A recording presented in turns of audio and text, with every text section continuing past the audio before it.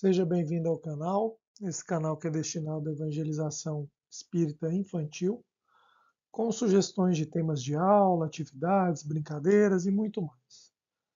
O tema de hoje é sobre a inveja, um dos temas que as crianças escolheram no início do ano e o que a gente vai tratar aqui hoje.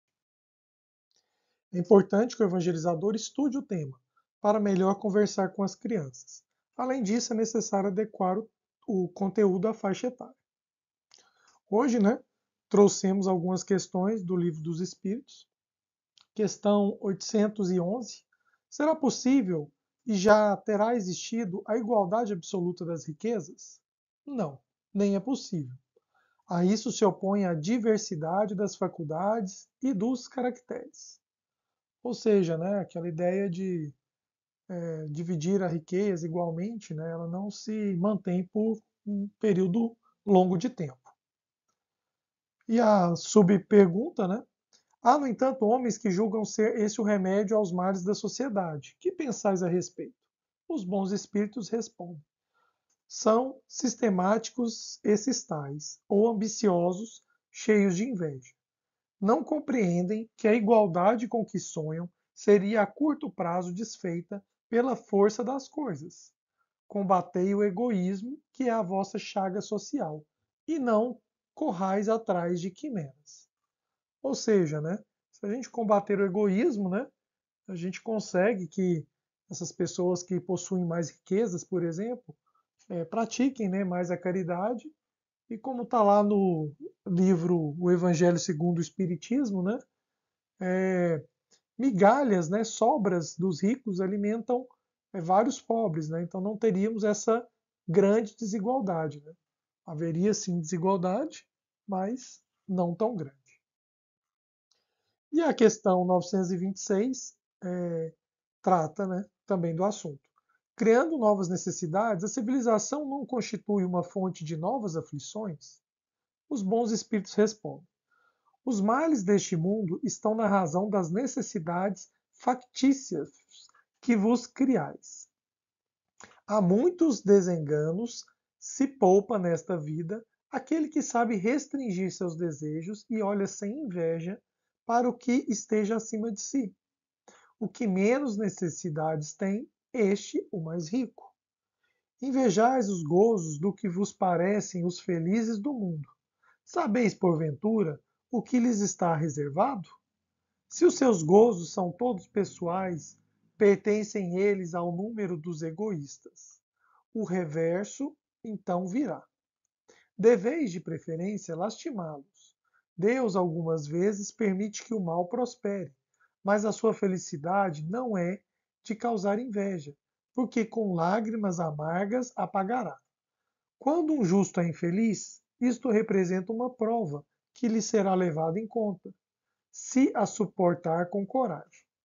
Lembrai-vos dessas palavras de Jesus. Bem-aventurados os que sofrem, pois que serão consolados. Essa questão, inclusive, a gente vai abordar mais especificamente na aula de hoje, sobre a inveja, e um ponto interessante aqui são essas necessidades, muitas vezes que são inventadas, e a gente acaba não considerando de forma séria que realmente precisamos daquilo ou não para nossas vidas, e acabam gerando todos esses males. Esta aula é sugerida para crianças de 4 a 13 anos, e a duração estimada é cerca de 50 minutos. Como primeiro momento do cronograma da aula, a gente faz uma oração com as crianças. Essa oração, muitas vezes, a gente convida as crianças para fazer oração, porque é um momento de aprendizado para elas, onde elas podem saber mais o que significa uma oração, como fazer uma oração, como falar em público. E no segundo momento, a gente relembra as diretrizes que a gente segue na evangelização. Não gritar, participar da oração, não mexer no que não é seu, ajudar na limpeza, não brigar, ouvir seus amigos, participar das atividades, respeitar a professora, ficar em silêncio, não ficar bravo, né? São diretrizes que a gente deixa num local visível, né, para as crianças. E agora, no terceiro momento, o evangelizador conversa com as crianças sobre as diferenças entre as pessoas. Então, de forma descontraída, né, a gente sugere, né, o seguinte texto, né? Sabemos que Deus planejou tudo com um objetivo. Se ele fez pessoas diferentes, os negros, os brancos, os índios, pessoas altas, pessoas baixas, pessoas bonitas, outras nem tanto, pessoas muito inteligentes, outras com dificuldade de aprendizado, é porque ele quer que seja assim, para aprendermos algumas coisas. Ele, Deus, né, quer que a cada hora a gente tenha uma oportunidade diferente para aprender tudo. Senão, ele teria feito todo mundo do mesmo jeito. E aí algumas questões, né? Teríamos algum mérito, né, nas nossas características e qualidades, né, se já nascêssemos muito inteligentes, se já nascêssemos perfeitos, né? Qual o mérito teríamos? Qual a caminhada teríamos feito, né? Aquilo ali que a gente teria seria realmente nosso? E outro questionamento também que a gente pode conversar com as crianças é: seria interessante se todos fôssemos iguais, mesma cor de pele, mesma altura, mesmo cabelo, mesmos gostos, né? Será que a gente ficaria feliz se todo mundo tivesse as mesmas características? E quando entendemos a reencarnação, percebemos também que não faz o menor sentido ter inveja de alguém, porque não sabemos o que aquela pessoa já passou, passa ou vai passar para estar naquela condição. Nós sabemos que a reencarnação é um processo onde o espírito nasce, morre e nasce de novo, várias e várias vezes, para poder aprender. Então, em uma vida, a pessoa é rica, em outra vida, é pobre. Em uma experiência, a pessoa é casada, em outra, não tem muita sorte com o companheiro. Em uma vida, a pessoa é mãe, em outra, pode não ter filhos. E tudo tem uma explicação, um motivo, e tudo é para melhorarmos e aprendermos. Por exemplo, algumas vezes uma moça alta, loira, bonita, que são os padrões de beleza da sociedade atual, poderá estar passando ou passará por dificuldades. Por exemplo, pessoas interesseiras e aproveitadoras na sua vida, ou uma doença grave, ou ela pode ser sequestrada. Eu teria inveja dessa moça se soubesse disso, se soubesse o que ela está passando ou o que ela passará na vida. E eu teria inveja de um homem que trabalha em uma grande empresa, com um cargo importante, um salário alto, se eu soubesse, por exemplo, que ele é manipulado para fazer coisas desonestas, para falsificar, assinar documentos que não deveria. Será que eu teria inveja dessa pessoa? E eu teria inveja de uma pessoa aparentemente bem casada, se eu soubesse as condições de humilhação que ela passa, os problemas de família, as obrigações que ela tem e que eu não queria ter? Ou seja, o que eu vejo na vida do outro tem um preço. E talvez eu não queira pagar esse preço. Será que realmente preciso desse desejo?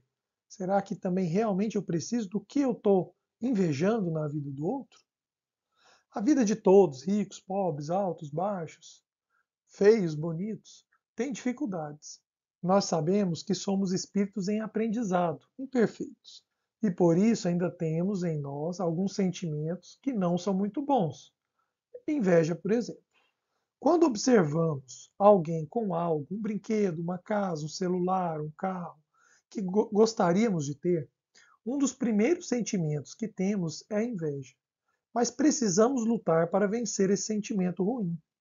Isso não quer dizer, de forma alguma, que devemos nos acomodar, o que seria contrário à lei do progresso. O que é preciso é nos esforçarmos para adquirir os conhecimentos e habilidades dentro dos preceitos ensinados por Jesus, necessários para nos melhorar. Todo esforço digno é reconhecido e recompensado por Deus. Além disso, eu também preciso fazer uma reflexão sobre se realmente aquilo que eu estou vendo e desejando é algo interessante para a minha vida. E agora, no quarto momento, né, depois de conversar um pouco com as crianças, a gente vai contar a história do gavião, urubu e de outros amigos que moravam na fazenda. É importante que o evangelizador busque sempre contar a história de forma a deixá-la mais interessante para as crianças. Algumas sugestões: mudar a voz para cada personagem, mostrar figuras ou desenhos dos personagens, abusar dos gestos corporais, mostrar figuras ou desenhos de acontecimentos da história, usar fantasias, fantoches, bonecos. São sugestões. E vamos à história. Era uma vez um urubu que andava muito triste. Costumava ser alegre e descontraído, mas começou a reparar no gavião e a admirá-lo. Passou então a achar-se muito inferior. Um dia eles se encontraram e o urubu falou: Você voa muito bem. É um ótimo caçador. Deve ser muito feliz. Nem tanto, respondeu o gavião. Todos os dias tenho que caçar, senão passo fome. Veja só o galo, que mora lá embaixo. Não precisa nem voar. Tem uma vida tranquila, é todo colorido e bem alimentado. Acorda logo cedo, disposto e canta de alegria. Ele é que é feliz. O galo, por sua vez, avistava de vez em quando o gavião voando lá no alto e se apavorava. Dava o alerta para a galinha proteger seus filhinhos pintinhos. E pensava: quanta preocupação! Queria me distrair um pouco como o amigo pato. Como ele, como eu, ele também não voa, mas, em compensação, ele sabe nadar muito bem. Desliza gostosamente sobre a água. Se eu pudesse nadar assim, seria também feliz. O pato, lá na lagoa, olhava o gavião, olhava o pavão, que morava na mesma fazenda. Queria ser como ele. Achava o pavão o animal mais lindo do mundo e dizia: Que cores, que cauda comprida, quanta imponência! Ninguém deve ser mais feliz do que ele. Entretanto, o pavão não pensava assim. Suas penas eram arrancadas de tempos em tempos para fazer enfeites. Sentia-se explorado por ser bonito. Andava devagar, pesadamente, arrastando suas penas compridas. Quando avistava o urubu, dizia a si mesmo: Como é livre! Como qualquer coisa voa tão alto! Ninguém o importuna, querendo prendê-lo ou querendo arrancar as penas. Queria ser feliz como o urubu. Era uma pena que os pássaros não percebiam suas qualidades. Cada um era tão maravilhoso e tão especial. Eram diferentes e era assim mesmo que deveria ser, pois cada um tinha um papel a cumprir na natureza, conforme os desígnios de Deus. Mas estavam todos infelizes. Então, certo dia, a providência divina, Deus, fez, por coincidência, com que os cinco se encontrassem lá perto da lagoa da fazenda.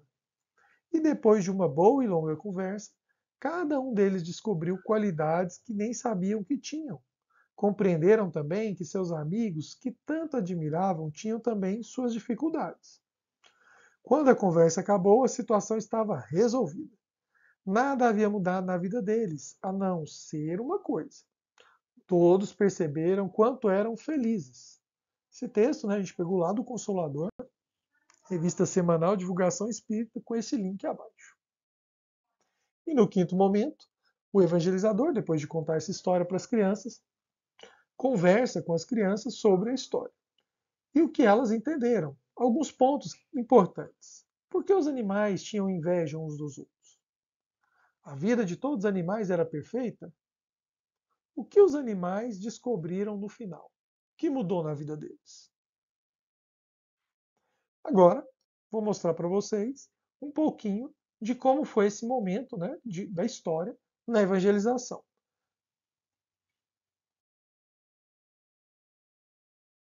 Achar muito inferior. Um dia, um gavião e o urubu se encontraram. E o urubu falou: Senhor gavião, o senhor voa muito bem e é um ótimo caçador. Nossa, deve ser muito feliz. Nem tanto, respondeu o gavião. Todos os dias eu tenho que caçar, senão eu passo fome. Veja só o galo, que mora lá embaixo. Não precisa nem voar. Tem uma vida tranquila. É todo colorido e bem alimentado. Acorda logo cedo, disposto, e canta de alegria. Ele é que é feliz. O galo, por sua vez, E por fim, o último momento, uma oração de encerramento com todas as crianças. A gente mais uma vez oferece, né, para que uma criança faça a oração e não esquecer também de pedir para as crianças organizarem a sala no final da evangelização para deixar a sala como estava antes. Espero que tenham gostado dessa sugestão de aula. Fiquem com Jesus, boa evangelização a todos, que assim seja.